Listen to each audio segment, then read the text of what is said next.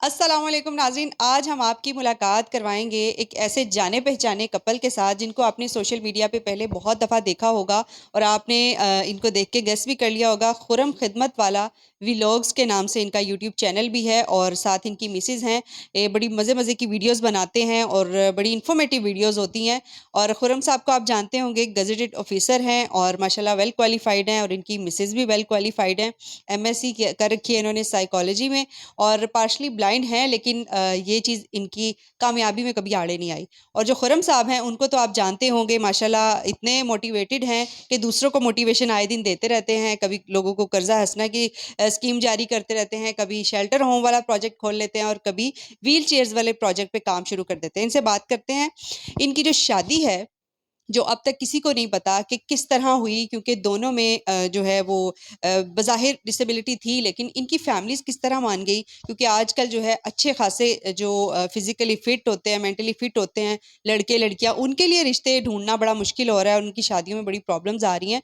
तो बात करते हैं इकरा से और फिर खुरम साहब की तरफ भी आएंगे। अस्सलाम वालेकुम। वालेकुम सलाम। क्या हाल है? मैं शुक्र अल्हम्दुलिल्लाह ठीक। Always fine. यस।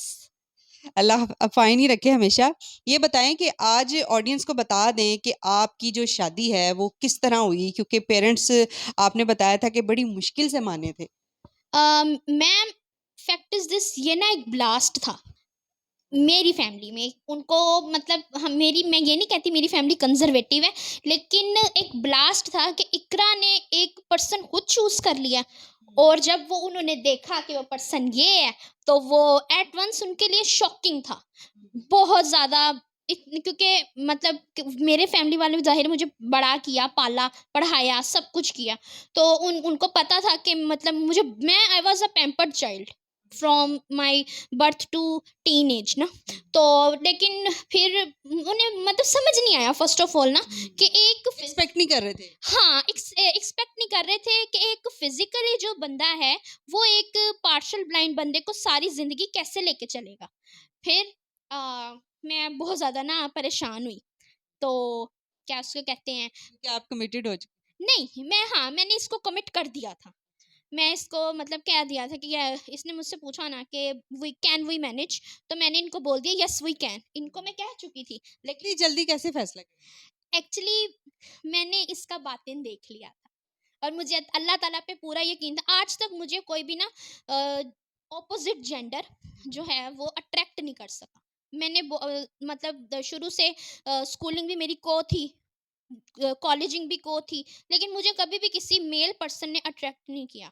मैंने अपने अपने ग्रैंडफादर के साथ रिश्ते भी अपने बहुत से देखे, लेकिन मुझे हर एक में किसी के बाल अच्छे नहीं हैं, कोई अपनी माँ से नहीं अच्छी तरह बात कर रहा, कोई ऐसा है कोई ऐसा, लेकिन ये वो वाहिद पर्सन था जिसपे मुझे कुछ भी नज़र नहीं आया। ना इसकी चेयर नज़र आई, ना इसकी टांगें नज़र आई, इवन इसकी सीट भी नज़र नहीं आई कि ये इस सीट पर है जी तो मेरा फ्यूचर ब्राइट है। नहीं, मुझे इसका दिल और इसकी स्किल्स नज़र आई।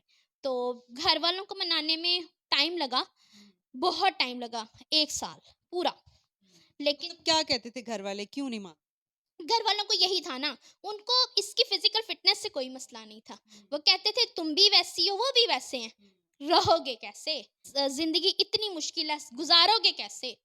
तो मेरी जो मतलब बारात का दिन था ना, वो मैं अपनी फैमिली से एक्सक्यूज़ भी करूँगी, लेकिन फैक्ट इज़ दिस, मेरी जो बारात का दिन था ना, वो ऐसे था जैसे आपने किसी ना डेड बॉडी को ना गुस्ल दे के ना तो उसको दफनाना होता है, ये था। मतलब टिल वेडिंग डे आपकी फैमिली का रिस्पॉन्स वैसे ही? जी, सिर्फ़ मेरे साथ अगर खड़े थे ना, तो मेरे ग्रैंडफ़ादर थे, क्योंकि वो भी माशाल्लाह से अब वो दुनिया में नहीं है, आप लोग सब उनके दर्जात के लिए दुआ करिएगा।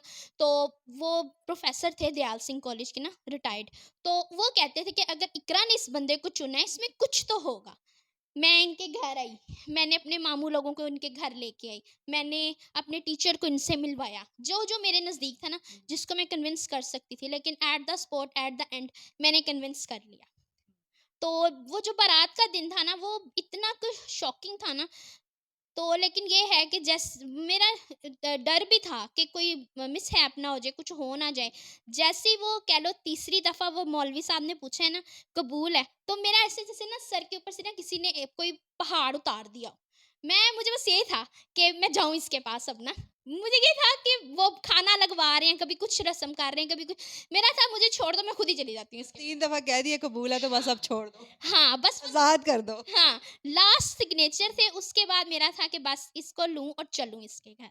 बस, इवन कि मैं अपनी रुखसती पे रोई भी नहीं थी, मैं बहुत खुश थी। मुझे था पता नहीं मैंने कौन-सी जो है ना वो रियासत फ़तह कर लिया और वाक़ई। लड़कियों सीख लो, आप लोगों को बहुत सीखने की ज़रूरत है, बुड्ढियाँ हो गई हैं घर बैठ के, तो आप इससे सीखो कि इन्होंने किस तरह से अपने लाइफ पार्टनर को चुना। इनके अंदर जो कुछ भी था, बज़ाहिर जो भी कुछ डिसेबिलिटी थी, इनको वो नज़र ही नहीं आई क्योंकि इनके इखलाक और इनकी जो स्किल्स थी या जो भी ज़िंदगी गुज़ारने का तरीका था, वो इनको इतना इम्प्रेस किया कि इन्होंने कहा बस अब इस बंदे से आगे मुझे कोई बंदा नहीं चाहिए। तो खुर्रम साहब आप बताएँ कि एक तरफ इनकी फैमिली थी जो बिल्कुल नहीं मान रही थी, तो आपकी फैमिली का क्या रस मेरी फैमिली हैप्पी थी क्योंकि इकरा का घर में आना जाना था। मेरी फैमिली को ये था कि लड़की दिल से कबूल करे आपको। खुरम पहली बात तो हम वहाँ पे शादी करेंगे जहाँ पे लड़की दिल से आपको कबूल करे इस हालत में। यानी कि आपकी फैमिली को कोई अब यानी कि एलिगेशन नहीं था कि लड़की में कोई डिसेबिलिटी हो या ना हो? हाँ, ऐसा कुछ नहीं था। लेकिन ये कि इकरा के साथ मिलना-जुलना शुरू हुआ, इसकी फैमिली अट्रैक्ट हुई, ठीक है? इसकी मामा को मनाया हमने मिलके, कन्विंस किया। मैं ये कन्विंस करने में अल्हम्दुलिल्लाह कामयाब हुआ कि सिर्फ़ मज़दूरी सब कुछ नहीं होती, अल्लाह ताला की तरफ से ये है कि इसमें जो आपकी जो काबिलियत होती है, वो आपकी मज़दूरी के ऊपर पर्दा डाल देती है और ऐसा ही हुआ मेरे साथ भी और इकरा ने दिल से कबूल किया और आज तक दिल से ही कबूल करे रखा है। इनके जो वर्ड्स हैं इन्होंने मेरी मम्मा को जो बोले थे ना, वो मैं आपको to the point ditto copy उसकी बताती हूँ। वो ये थे कि आंटी मैं भी तो आपका बेटा हूँ ना, आप इकरा की माँ बन के नहीं, मेरी माँ बन के सोचें। मेरी माँ ने वहीं अपने ना सारे वो ठीक है, ले आओ, उन्होंने एक्सेप्ट कर लिया। हाँ, ले जाओ। यानी कि कुछ इनके अंदर कुछ तो था जिससे इन्होंने इनकी फैमिली को कन्विंस कर लिया और आज आपकी फैमिली क्या रिस्पॉन्स आज रिस्पॉन्स ये करती है कि जब हम जाते हैं ना, तो घर के जितने भी मेल पर्सन्स होते हैं ना, वो सारे दरवाजे पे खड़े होते हैं। कोई इनका बैग उठा रहा है, कोई इनकी चेयर खोल रहा है, कोई इनको मूव कर रहा है, कोई रेंट दे रहा है। मतलब सब के सब मेल पर्सन्स खड़े होते हैं। उन्हें कोऑपरेट कर रहे होते हैं? हाँ, क्योंकि वो इन्होंने तकरीबन 2 मंथ्स बाद ही मेरी फैमिली को कन्विंस कर लिया था। आप दोनों जो हैं एक बहुत बड़ी मिसाल हैं उन लोगों के लिए जो शादियां तो कर लेते हैं मोहब्बत की लेकिन उसको जब निभाने का टाइम आता है तो फिर एक दूसरे से बहुत जल्दी बेजार हो जाते हैं उकता जाते हैं इवन के आप देखें कि हमारे मुल्क में तलाक की और सेपरेशन की खुला की रेशो इतनी बढ़ गई है कि इस वजह से मुआशरे में बहुत सारे मसाइल पेश आ रहे हैं तो आप इन लोगों को देख के मोटिवेशन पकड़ें कि अगर ये लोग अपनी ज़िंदगी में इतने मजबूत हो सकते हैं तो आप अच्छे खासे हो के भी तो आप इतने कमज़ोर कैसे हो सकते हैं और अपनी ज़िंदगी में किस तरह से आप ऐसे फ़ैसले कर सकते हैं कि एक ज़िंदगी से जुड़ी 4-4 ज़िंदगियाँ तबाह हो रही होती हैं। जाते-जाते कोई पैगाम दीजिएगा ख़ुसूसन यंग जनरेशन को जो आजकल बहुत इमोशनल होके सोचते हैं और फ़ैसले करते हैं? आजकल की यंग जनरेशन गर्ल्स को मेरा यही पैगाम है कि स्पेशली जिनकी एज खूब से खूब तर की तलाश में जा रही है ना, ये नहीं ठीक, ये नहीं ठीक, वो इस चीज़ को छोड़ दें। वो उनकी उम्रें जो हैं वो 30 इयर्स क्रॉस कर जाती हैं, 40 इयर्स अपने लिए बेहतर जो आपको आया है ना उसी में बेहतरी जान के उस इंसान को एक्सेप्ट कर लें। और दूसरा ये है कि शुक्र अल्हम्दुलिल्लाह आज के इस टाइम पीरियड में हमारी फैमिली में, इनकी फैमिली में we are the whole person जो कि हर लिहाज से माशाल्लाह माशाल्लाह अल्हम्दुलिल्लाह स्टैब्लिश्ड है। इन्होंने मुझे शादी के बाद बहुत सी चीज़ें जैसे कि एयर कंडीशन हो गया, एलईडी होगी, हमारी ऑटोमेटिक मशीन होगी, बहुत ज़्यादा मतलब हर तरह की फैसिलिटेशन प्रोवाइड की है, शायद जो कि एक नॉर्मल पर्सन ना करता। मेरा ये पैगाम सारी लड़कियों के लिए, वो हमारी फैमिली से हैं, वो आउट ऑफ फै वो जितने हमें देखने वाले हैं सबसे यही है कि एक दफ़ा किसी ऐसे शख्स का हाथ पकड़ के देखें, मत जाएँ किसी 6 फुट के पीछे।